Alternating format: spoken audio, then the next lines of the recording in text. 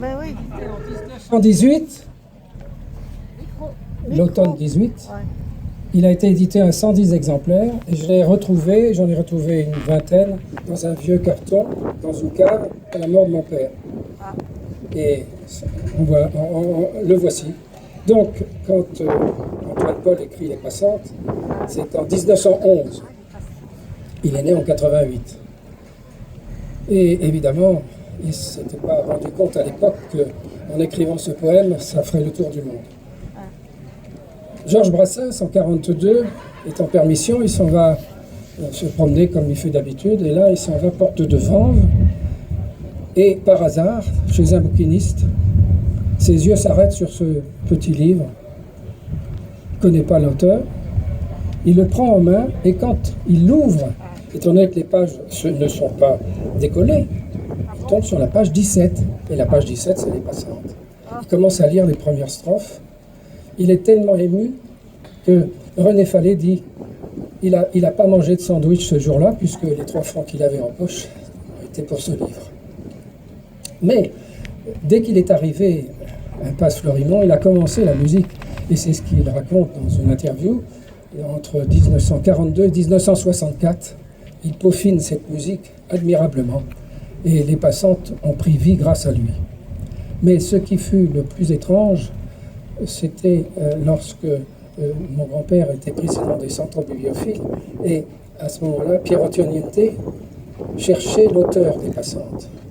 Il avait demandé à Pierre, et évidemment Antoine Paul était dans le Bottin-Mondain, c'était facile à trouver, mais il a mis du temps à le chercher. Et puis un jour, il apprend qu'on met en texte, dans un beau livre, une vingtaine de chansons de Brassens, et illustrées par Hérold.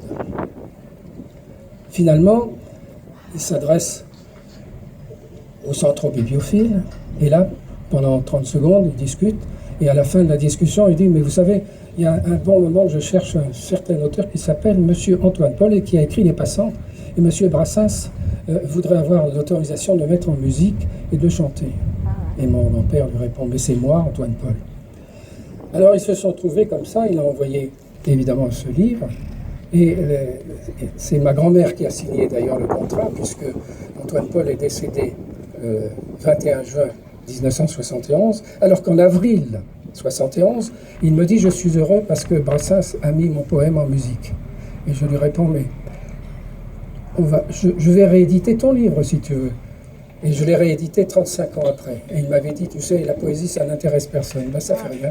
Les amis de Brassens, Georges Brassens à Vaison-la-Romaine, m'ont incité à relier ce livre. Mais je vais vous dire quelque chose qui est extraordinaire et j'aurai fini pour cette petite histoire.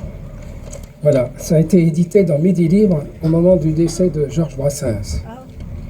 Et c'est Villassec, qui est un journaliste de Midi Libre, qui le raconte. Georges Brassens a écrit une strophe à la manière d'Antoine Paul. Je vais vous la dire, et j'ai continué sur le même thème.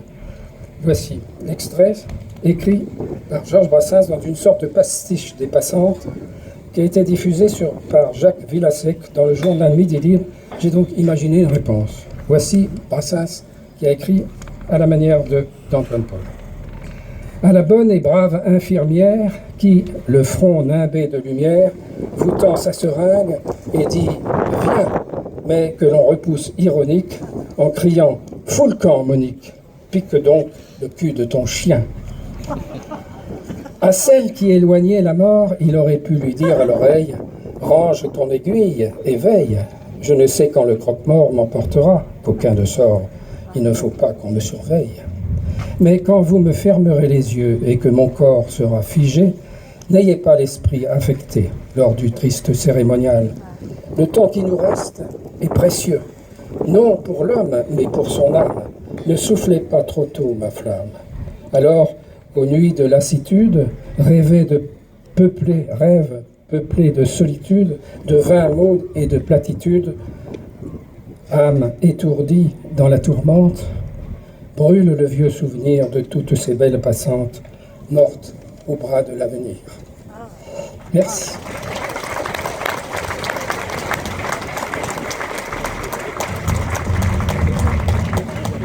Un dernier mot, au mois d'octobre, la dernière semaine d'octobre, Jeanne Corporon nous annonce qu'il y aura une pièce de théâtre jouée sur l'histoire des passantes qui a été écrite par Gérald Duchemin et Rémi Jousse.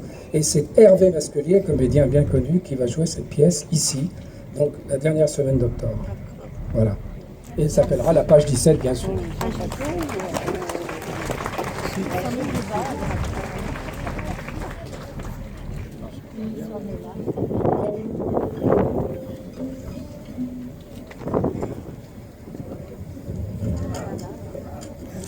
Je vous propose, Brassens avait retiré 2 strophes du poème, je vous propose de chanter le poème en entier.